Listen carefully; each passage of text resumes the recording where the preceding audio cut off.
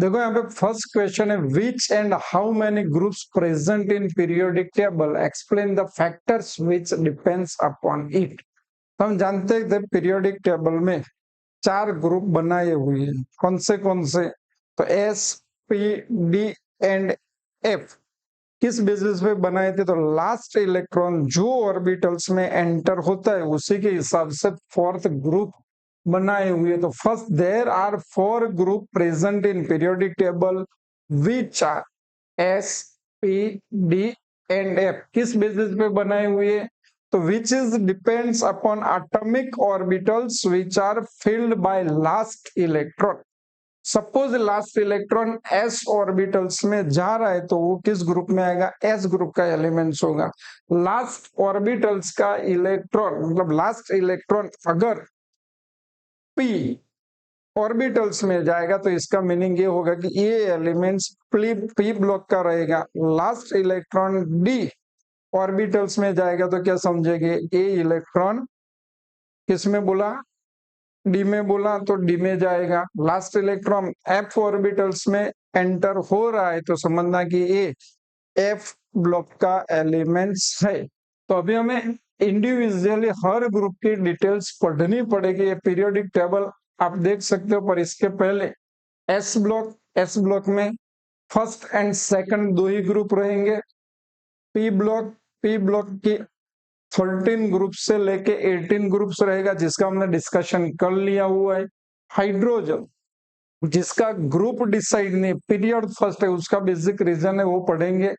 D block में 2 से लेके 10 ग्रुप तक के एलिमेंट्स रहेंगे, उसका भी डिस्कशन इलेक्ट्रॉनिक कॉन्फ़िगरेशन के टाइम में कर लिया हुआ है। और 2 सीरीज जो एफ ब्लॉक बोला जाएगा वो पीरियोडिक टेबल में नीचे लिखी जाएगी और उसमें लेंथेनॉइड सीरीज होगी और एक्टिनॉइड सीरीज होगी। तो ब्लॉक वाइज पूरा इंडिविजुअल अब डिस्कशन किया जाएगा।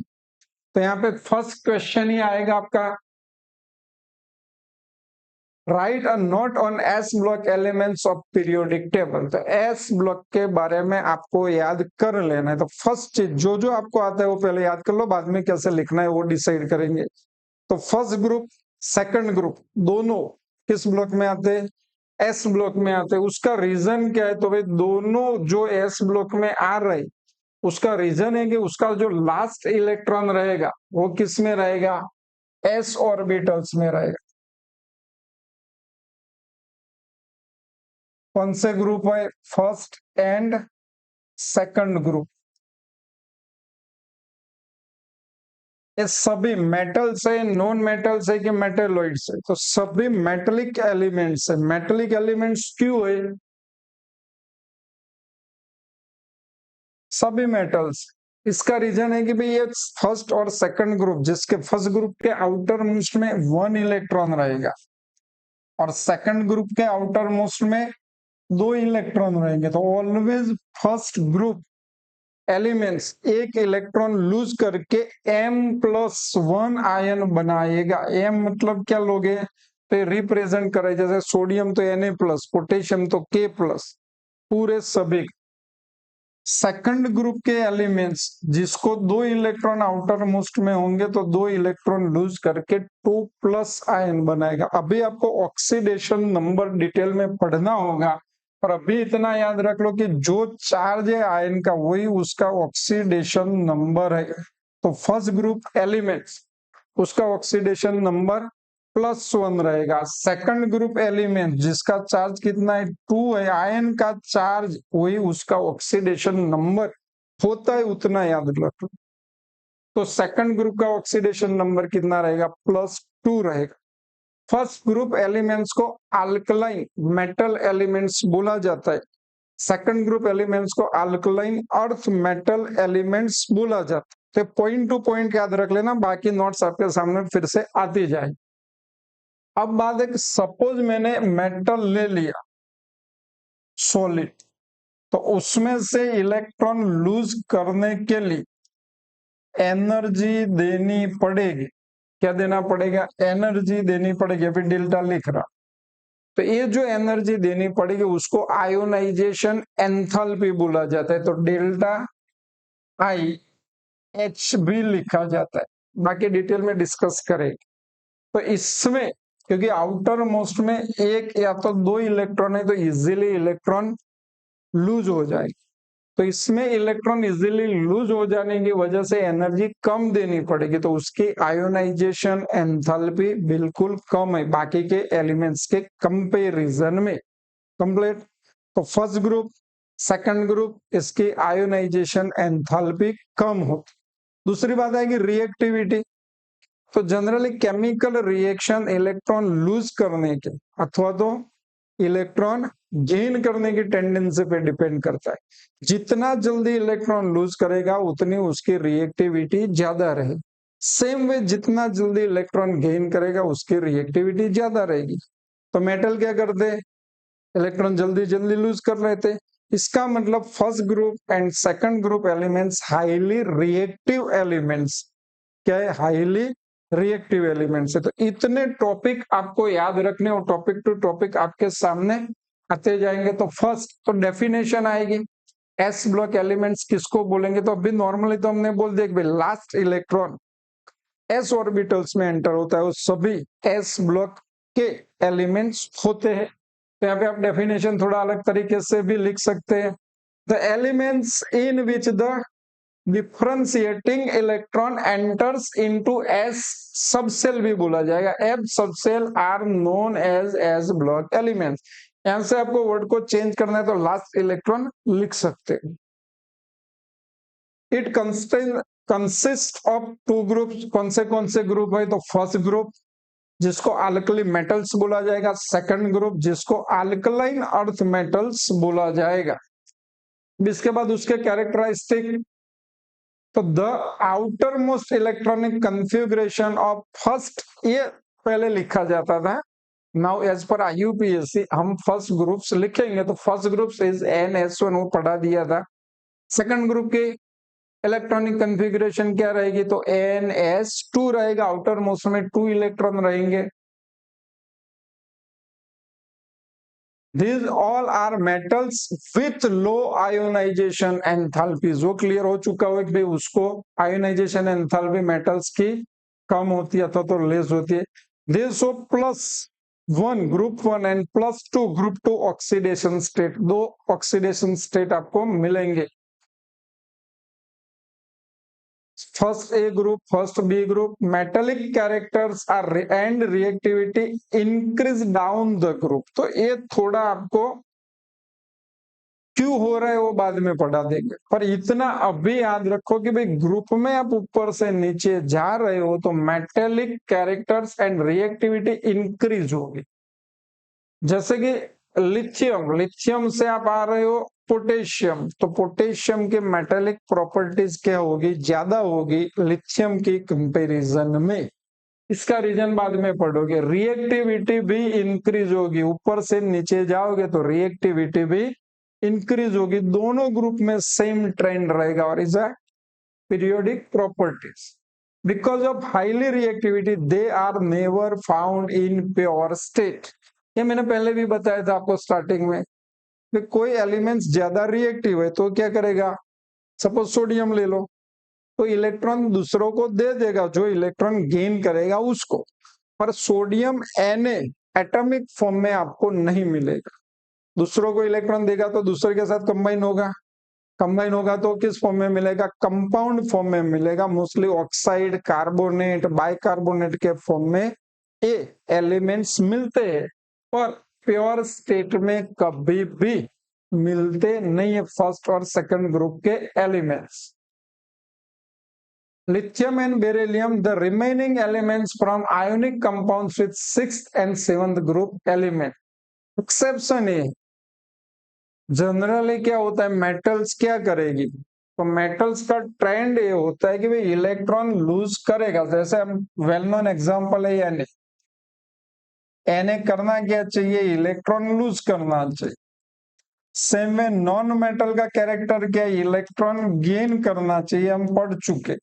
और ऐसे दो ऑपोजिट चार्ज आयन क्या होंगे, एक दूसरे के साथ अटैच हो जाएंगे और which are convert into NaCl। तो ऐसे कंपाउंड को क्या बोलेंगे, आयोनिक कंपाउंड बोलेंगे। आप जानते तो सेम में ये सभी sodium, potassium, rubidium, magnesium, calcium, strontium, ये सभी आयोनिक कंपाउंड बनाएंगे। तो एक ग्रुप की टेंडेंसी होती है कि एक ही ग्रुप के एलिमेंट्स की प्रॉपर्टीज सेम होनी चाहिए, क्योंकि सब में आउटर मोस्ट की इलेक्ट्रॉनिक कन्फ्यूगरेशन सेम होती है। क्या लिखते हैं हम, NS1, तो सबकी प्रॉपर्टीज सिमिलर होनी चाहिए। ग्रुप में याद रख लें, ग्रुप में केमिकल प्रॉपर्टीज सिमिलर होनी चाहिए, फिजिकल प्रॉपर्टीज भी सिमिलर होनी चाहिए। ट्रेंड थोड़ा प्लस माइनस हो सकता है, जैसे रिएक्टिविटी होगी सेम रिएक्शन देगी, और रिएक्टिविटी कम ज्यादा हो सकती है, जो अभी यहाँ पर लिखा उसके हिसाब से।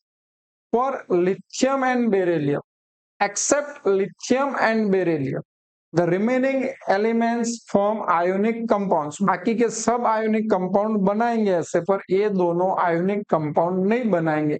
विथ 6 and 7 ग्रुप एलिमेंट्स, किसके साथ आयोनिक कंपाउंड बन सकता है? तो यहाँ पे जो 6 और 7 लिखा हुआ है, यहाँ आप पढ़ लिख दो 16th group and 17th। 16th group में कौन से एलिमेंट्स आते हैं? तो oxygen, sulphur, selenium, tellurium and polonium. 17th group halogen group, fluorine, chlorine, bromine, iodine and asbestos. इसको याद रख लेना, अभी ग्रुप आएंगे फिर से भी।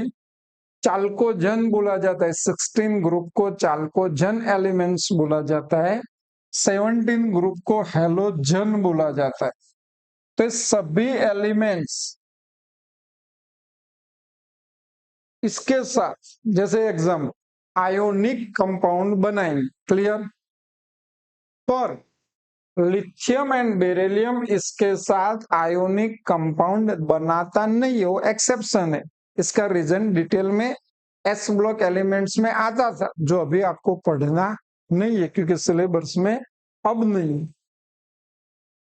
नेक्स्ट पॉइंट आएगा, right a note on P block elements of periodic table. तो आपको ये एस ब्लॉक जो डिटेल में लिखा हो लर्न कर लेना होगा, पर आना ही चाहिए। पी ब्लॉक की बात करेंगे तो ग्रुप याद कर लो, कौन से ग्रुप थे? तो 13 से लेके 18 ग्रुप तक के एलिमेंट, जिसमें outer most electron P orbitals में रहेगा। किस में रहेगा?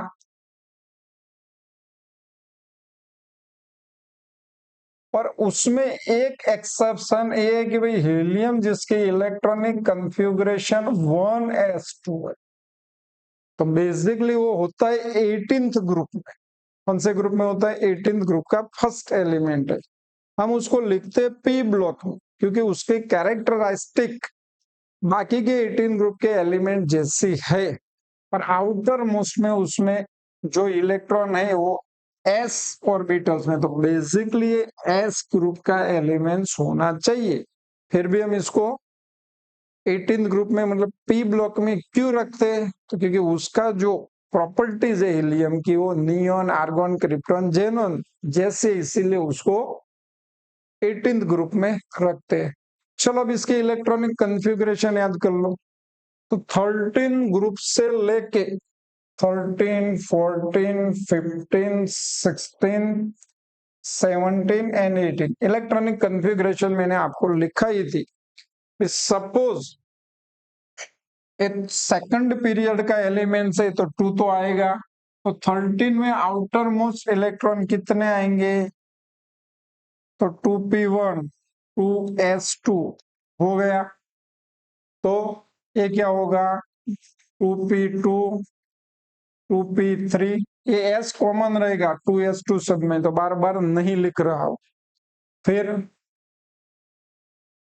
2p4, 2p5 and 2p6। तो यहाँ पे देखो तो ए कॉमन, तो इसको मैं पीरियड चेंज करूं तो AnS2 लिखा जाएगा, पढ़ा लिया है। जिस नंबर प्रिंसिपल क्वांटम नंबर भी बोला जाएगा, लास्ट इलेक्ट्रॉन जिस ऑर्बिट में है वही आपका क्या हो जाएगा? पीरियड हो जाएगा कंप्लीट। तो सभी किस पीरियड के एलिमेंट्स है? सेकंड पीरियड के। अगर मैंने इलेक्ट्रॉनिक कन्फिगरेशन ऐसे लिखी है, अगर मैं यहाँ पे थर्ड लिखूं तो थर्ड पीरियड के, फोर्थ लिखूं तो फोर्थ पीरियड का, फिफ्थ लिखूं तो फिफ्थ पीरियड। पी ब्लॉक में क्या होता है, तो आपको NS2 1 है, NP start from 1 up to 6, तो is a electronic configuration of P block elements. कोई एलिमेंट्स आपको ढूंढना है, सपोज मैंने आपको ये नंबर दे दिया कि भाई एटॉमिक नंबर सेवा, एटॉमिक नंबर है, तो इलेक्ट्रॉनिक कॉन्फ़िगरेशन लिख के दे दी 2p5 एंड 2s2, तो किस ग्रुप का और किस पीरियड का एलिमेंट्स होगा। तो अगर पी ब्लॉक में एलिमेंट्स है तो आपको क्या करना है, NS2NP ढूंढना है, टोटल नंबर ऑफ इलेक्ट्रॉन ढूंढ लेने, कितने इलेक्ट्रॉन है 7। अगर डी नहीं आ रही है तो आपको उसको +10 कर लेना है, तो ये आपका कौन सा ग्रुप होगा, 17 ग्रुप होगा। ऑर्बिट देखो, ऑर्बिट मतलब ए नंबर सेम और आउटर मोस्ट नंबर हो, लास्ट नंबर, इसमें जितने भी इलेक्ट्रॉन हो उसमें +10 कर लो तो आपको ग्रुप मिल जाएगा। लास्ट ऑर्बिट का नंबर देखो तो आपको पीरियड मिल जाएगा। जैसे मैंने अभी एक एग्जांपल ले लिया, 34 इलेक्ट्रॉन है, एटॉमिक नंबर 34, तो किस ग्रुप का और किस पीरियड का एलिमेंट होगा। तो फिर आपको क्या करना पड़ेगा, पूरी इलेक्ट्रॉनिक कॉन्फ़िगरेशन लिखनी पड़ेगी। क्या होगा, 1s2 2s2 2p6 3s2, लिखता हूं 1s2 2s2 2p6 3s2 3p6, चलो ये कितने हुए, 18 हुए। 4s2 3d10, अब कितने हुए गिन लो, 4p। टोटल इलेक्ट्रॉन कितने हुए वो काउंट करो, तो ये 18 28 30, और मुझे कितने लिखने हैं 4। तो अब आपको क्या करना है, मैंने जो पढ़ा है इसके हिसाब से ये दोनों के इलेक्ट्रॉन काउंट कर लो, कितने हुए 6। तो ए डी वाले 10 आगे 2 पीरियड में नहीं आते, 3 पीरियड, तो इसीलिए हम डायरेक्ट 10 ऐड करते हैं। बाकी इस तरीके से आपको लिखते आता है तो टोटल इलेक्ट्रॉन काउंट कर लो, वही तो ग्रुप हो जाएगा आपका। तो कौन सा ग्रुप हो जाएगा, 16 ग्रुप हो जाएगा। तो ऐसे आप ग्रुप भी डिसाइड कर सकते हो, पीरियड जैसे डिसाइड कर सकते हो वैसे ही पी ब्लॉक के ग्रुप डिसाइड कर सकते हो। समझ में आ चुका है। NS2NP जितने भी इलेक्ट्रॉन है आपको देखना क्या है, NS2NP टोटल इलेक्ट्रॉन +10 कर लेना है, तो आपको डायरेक्ट नंबर ऑफ ग्रुप मिल जाएगा। अब बात है इसमें तो मेटल्स भी होंगे, मेटेलॉइड्स भी होंगे और नॉन मेटल्स भी होंगे। तो पी ब्लॉक एलिमेंट्स की आपको इलेक्ट्रॉनिक कॉन्फ़िगरेशन, ये पूरे group, the element in which the differentiating electron enter into NP subcell or orbits are called p block elements. Definition clear।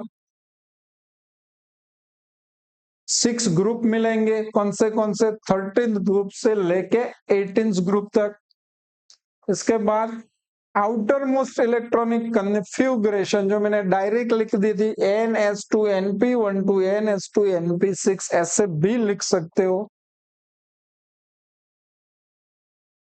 इसमें जो लास्ट पीरियड है 18th पीरियड, उसको क्या बोला जाएगा, नोबल गैस एलिमेंट्स अथवा तो इनर्ट एलिमेंट्स। क्यों भाई नोबल गैस एलिमेंट्स अथवा तो इनर्ट एलिमेंट्स बोला जाएगा, तो आप जानते हो इसकी इलेक्ट्रॉनिक कॉन्फ़िगरेशन हमने लिख के रखी थी, NS2 NP6, this is the electronic configuration of last group अथवा तो 18th ग्रुप। NS2 NP6 का मतलब क्या होता है भाई, इसमें आउटर मोस्ट ऑर्बिट में ऑक्टेट कंप्लीट होता है, ऑक्टेट कंप्लीट होता है, तो इलेक्ट्रॉन लेगा भी नहीं, इलेक्ट्रॉन देगा भी नहीं, तो इसकी रिएक्टिविटी बहुत कम होती है, तो ये इनर्ट एलिमेंट से ऐसा बोला जाएगा, पर रियल में ये इनर्ट एलिमेंट नहीं है। उसके ऑक्साइड्स, जेनोन के, आर्गन के ऑक्साइड्स मिलते, पर अभी आपको उसको नोबल गैस अथवा तो इनर्ट एलिमेंट लेके चलना है। It contains all type of elements. मैंने बताया था कि पी ब्लॉक में आपको सभी टाइप के एलिमेंट्स मिल जाएंगे। कैसे कैसे ऑल टाइप? तो नॉन मेटल्स भी होंगे, मेटल्स भी होंगे और मेटेलॉइड्स भी होंगे। मेटल आप जान चुके हो, उसकी फिजिकल प्रॉपर्टीज आप पढ़ चुके हो लोअर स्टैंडर्ड में। नॉन मेटल की फिजिकल प्रॉपर्टीज भी पढ़ चुके हो। मेटेलॉइड्स अथवा तो एम्फोटेरिक मेटल्स, एम्फोटेरिक मेटल्स किसको बोलेंगे वो भी क्वेश्चन रहेगा। मेटेलॉइड्स किसको बोलेंगे वो भी क्वेश्चन रहेगा। तो देखो, मेटल्स और नॉन मेटल्स दोनों की तरह बिहेव करेगा तो उसको मेटेलॉइड्स बोला जाएगा। मेटल्स का केमिकल प्रॉपर्टीज क्या? इलेक्ट्रॉन लूज करने का। नॉन मेटल की केमिकल प्रॉपर्टीज क्या? इलेक्ट्रॉन गेन करने का। सिलिकॉन याद कर लो, कहाँ यूज होता है? सोलर सेल में सिलिकॉन यूज होता है। बेसिकली सोलर सेल का काम क्या? तो जो हीट सन रेज आते हैं उसको एब्सॉर्ब करता है और इसके बाद वो इलेक्ट्रिसिटी प्रोड्यूस करता है। तो नेचुरली इलेक्ट्रिसिटी का बेसिक डेफिनेशन क्या है? तो इलेक्ट्रॉन को एक ही डायरेक्शन में मूव करो। तो जब सोलर एनर्जी अथवा तो सनरेज आएंगे तो उसका टेम्परेचर बढ़ेगा, टेम्परेचर बढ़ेगा तब भी वो इलेक्ट्रॉन लूज करेगा। तो उस टाइम के उसकी टेंडेंसी तो कैरेक्टर्स मेटेलिक है। और लो टेम्परेचर होगा तो ये इलेक्ट्रिसिटी प्रोड्यूस नहीं करेगा। उसी की वजह से सोलर सेल को सन रेज के सामने रखा जाता है। आ रही है बात समझ में? तो इट मीन्स ऐसे एलिमेंट्स जो high temperature as a metal behave करते हैं और लो टेम्परेचर नॉन मेटल की तरह बिहेव करते हैं, तो ऐसे एलिमेंट्स को मेटेलॉइड्स बोला जाता है। बाद एम्फोटेरिक, तो आप मेटल की बात कर लो तो मेटल नॉर्मली कैसे बिहेव करता है? यहाँ पे सिंपल अभी याद रख लो कि कोई एलिमेंट्स एसिड की तरह भी रिएक्ट करे, बेस की तरह भी रिएक्ट करे, तो ऐसे एलिमेंट्स को एम्फोटेरिक एलिमेंट्स बोलेंगे।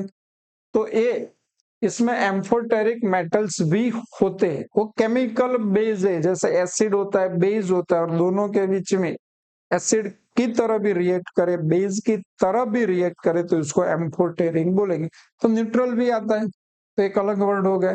तो न्यूट्रल ना एसिड की तरह रिएक्ट करेगा ना बेस की तरह रिएक्ट करेगा, तो इसको न्यूट्रल बोला जाए। अब बात कर रहे हैं यहाँ पे, तो जैसे पीरियोडिक टेबल में आप left hand to right hand side जाओगे तो इलेक्ट्रॉन लूज करने की टेंडेंसी कम होती जाए। तो ये एलिमेंट्स ऐसे जो ब्लू शेड में है उसकी इलेक्ट्रॉन लूज करने की टेंडेंसी है पर बहुत कम है।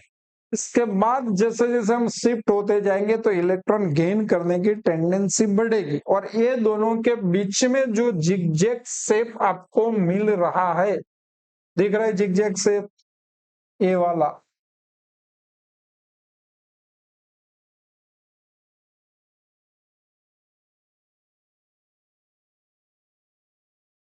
ये वाले सब, तो ये मेटल से, नॉन मेटल से, ये वाले नॉन मेटल से, और इसके बीच में एक आपको शेप मिलेगा पीरियोडिक टेबल में जो मेटेलॉइड्स है। तो कौन से? Silicon, germanium, arsenic, antimony, tellurium and polonium. ये कभी कभी एमसीक्यू में पूछ लेते हैं विच ऑफ द फॉलोइंग या मेटेलॉइड्स प्रॉपर्टी, तो ये आपको याद रखना पड़ेगा। इसके बाद very close to noble gas to chemical importance group of non metals are present. यहाँ पे नॉन मेटल के जनरली दो ग्रुप ऐसे हैं जो नोबल गैस से नजदीक है। 8 मीन नोबल गैस में 8 इलेक्ट्रॉन है, आउटर मोस्ट में, इसके आउटर मोस्ट में 7 इलेक्ट्रॉन होते हैं, इसके आउटर मोस्ट में 6 इलेक्ट्रॉन होते हैं। ग्रुप नंबर कौन सा है? 6 इलेक्ट्रॉन वाला 16, 7 इलेक्ट्रॉन वाला 17। दोनों के नाम मैंने अभी आपको बता दिए थे। जिसमें 16 ग्रुप है उसको बोला जाएगा चाल्कोजेंस, 17th ग्रुप को क्या बोला जाएगा? हेलोजन। 17th ग्रुप ऐसा कि इंस्टेंटली एक इलेक्ट्रॉन गेन करके उसका ऑक्टेट कंप्लीट करके नोबल गैस जैसी इलेक्ट्रॉनिक कन्फिग्रेशन ले लेता है। तो इसकी रिएक्टिविटी ज्यादा रहेगी क्योंकि उसको एक इलेक्ट्रॉन गेन करना है और फटाफट गेन करेगा। कोई भी इलेक्ट्रॉन देने वाला मिल जाएगा तो उससे पहला हेलोजन वाला एलिमेंट होगा और दूसरे आगे वाले कोई भी होंगे तो हेलोजन वाला पहले इलेक्ट्रॉन ले लेगा कंपेरिजन में। तो हेलोजन पहले रिएक्ट करेगा दूसरे एलिमेंट्स के कंपैरिजन में, तो उसकी रिएक्टिविटी भी ज्यादा होगी। तो दो तरीके हो गए पीरियोडिक टेबल में, दो एंड होते हैं, इस साइड वाला पीरियड में और इस साइड वाला।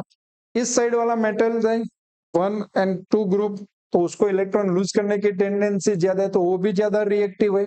ये वाला साइड तो इसको इलेक्ट्रॉन गेन करने की टेंडेंसी ज्यादा है तो ये भी ज्यादा रिएक्टिविटी है। समझ लेना, ऐसा नहीं है कि भाई ये वाला रिएक्टिव है तो ये वाला कम रिएक्ट है, क्योंकि reactivity depends on tendency to lose and tendency to gain electron.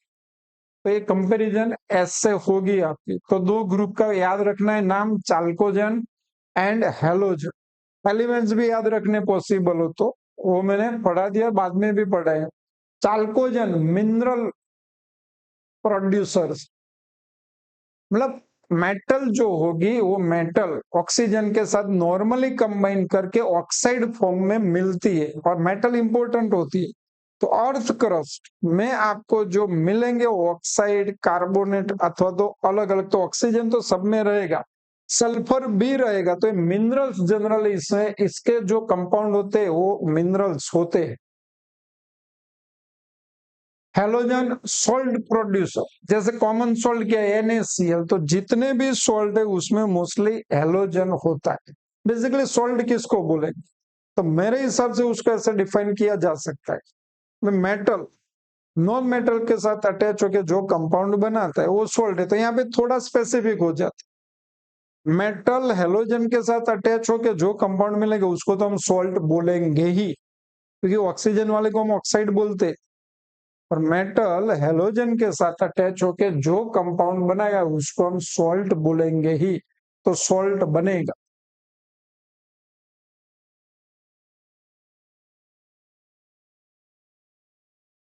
The elements of S block and P block except noble gas are collectively called as representative or normal or main group elements. Generally periodic table में आपको study करना हो तो variation properties में कम आना है। ऐसे element की बात करेंगे तो यहाँ पे आप ये ले सकते हो थर्ड पीरियड।